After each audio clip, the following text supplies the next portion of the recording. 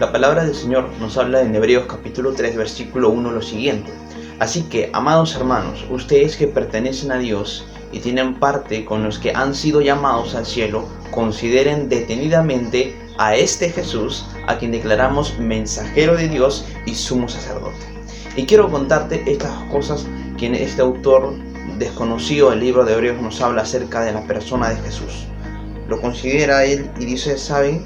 Declaramos a Jesús como mensajero de Dios y como sumo sacerdote.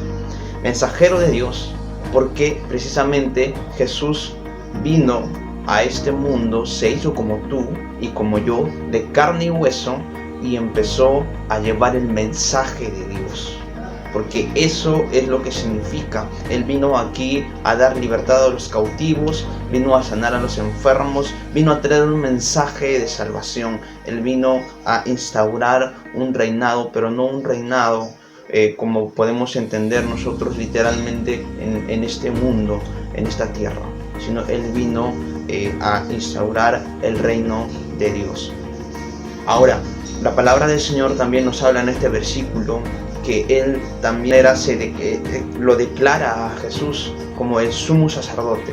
Y el sumo sacerdote estaba constituido por 7 prendas. Él tenía que vestir 7 cosas importantes, digamos, en su vestimenta, ¿no? Valga la redundancia. Y precisamente esto es interesante porque nosotros, cuando vemos el número 7 en la Biblia, nos vamos a dar cuenta que significa pues la perfección.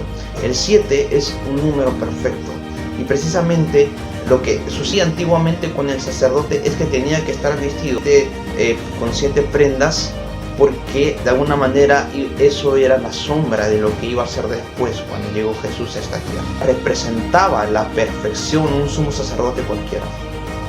Pero cuando vino Jesús, toda esta sombra quedó echado fuera, digamos. Jesús hizo otro pacto, y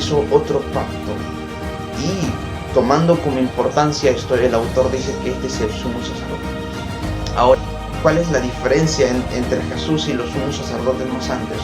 En primer lugar, un sumo sacerdote tenía que hacer sacrificios por sus pecados para luego hacerlo por los del pueblo. Y año tras año se tenía que hacer eso.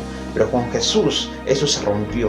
Jesús fue el sacrificio perfecto. En primer lugar, fue el sacrificio perfecto porque Él no tenía que hacer sacrificios por sus pecados, porque Él nunca pecó.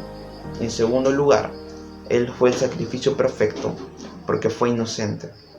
Fue llevado a la crucifixión y a la muerte, a una tortura.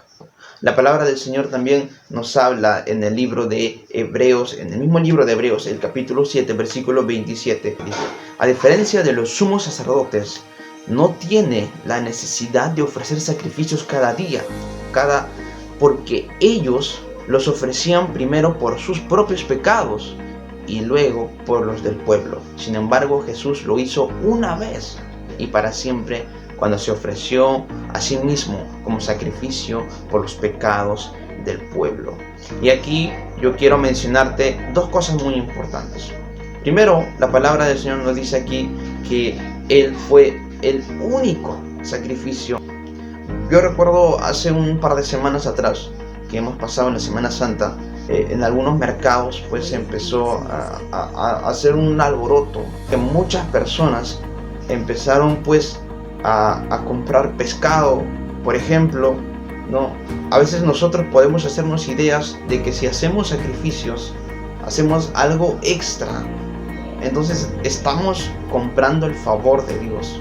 Otros pueden pensar que si yo oro 50 Aves Marías y 100 Padres Nuestros, entonces voy a encontrar el favor de Dios. Pero sabes, ningún sacrificio que tú o que yo hagamos va a comprar el favor de Dios. Hay quienes también piensan de que cuando hacen buenas obras de caridad, no sé, ayudan a alguien que lo necesita, ¿no? Y dicen, ojo, lo hacen con una intención como diciendo, ojo Dios, pero conste que estoy ayudando, no te olvides de mí nada más. Y lo hacen porque realmente quieren algo a cambio, porque realmente esperan algo a cambio, porque dicen, ojo Dios, yo hago esto, pero tú tienes que hacer lo que yo te estoy pidiendo. Y Dios no tiene necesariamente que cumplir lo que nosotros le pidamos. Ahora, no quiero que se confunda esto. No quiero decirles, ¿saben qué? No hagan nada bueno. Pero eso no puede ser la causa para que nosotros hagamos esas cosas. Es decir, si yo hago algo esperando algo a cambio, esperando que en algún momento Dios o alguien me beneficie a mí, eso no es algo que sea hecho desde el corazón, sino que las obras que tú puedes hacer, el ayudar al prójimo, esas obras de caridad, que está bien, son excelentes, deben ser consecuencia de que el amor de Dios esté en tu vida.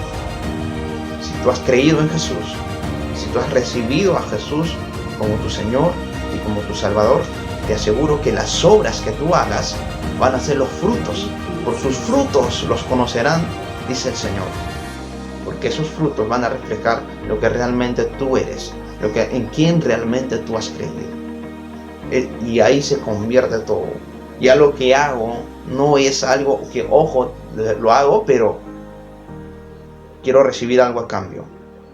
Eso cambia todo el panorama, porque si yo hago algo como consecuencia del amor de Dios que está en mi vida, yo lo doy.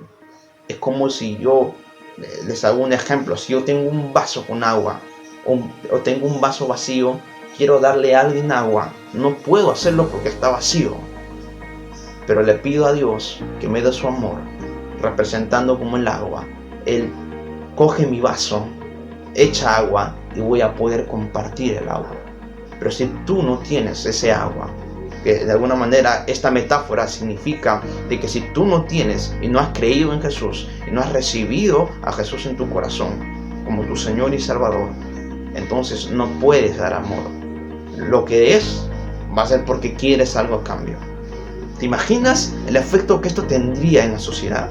¿Te imaginas el efecto que Jesús en los corazones de los hombres, de cada uno de nosotros, tendría? Imagínate una nación entera, imagínate una sociedad entera que tenga a Jesús como su Señor y su Salvador.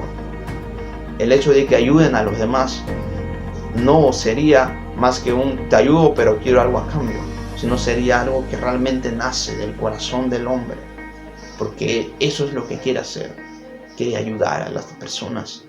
Ese es el amor al prójimo. Es el segundo y gran mandamiento que Jesús nos habló a cada uno de nosotros. Nos dijo, amarás a tu prójimo como a ti mismo. Imagínate tú el efecto que tendría también en las naciones, en las sociedades, en las instituciones políticas. Ya no sería también, tampoco incluso, ojo, te ayudo, los gobiernos, los estados, sean peruanos o los estados de cualquier nación, no ayudarían al pueblo. Pero ojo, más adelante quiero tus votos. Eso no es lo que el Señor quiere. Por eso es que si tú y yo hagamos algo, debe ser porque el amor de Dios está en nuestras vidas y porque no necesitamos jactarnos de lo que hagamos. El Señor Jesús habló en algún momento también, si tú haces algo, sabes que tu mano derecha no sepa lo que hace tu izquierda. Lo que digo es la intención con la que se hace. Si las intenciones son buenas, es genial. Yo no puedo entrar más allá, yo no conozco los corazones de la gente, no conozco los corazones de las personas, pero Dios sí lo conoce. Y lo que te digo es que si tú haces algo, debe ser porque el amor de Dios está en tu vida. Te dejo con esta pregunta, con la que ya te hice. ¿Te imaginas el efecto que tendría esto en la sociedad y en el corazón del hombre? Te invito a que tú y yo podamos conocer más de Jesús a través de su palabra. Dios te bendiga.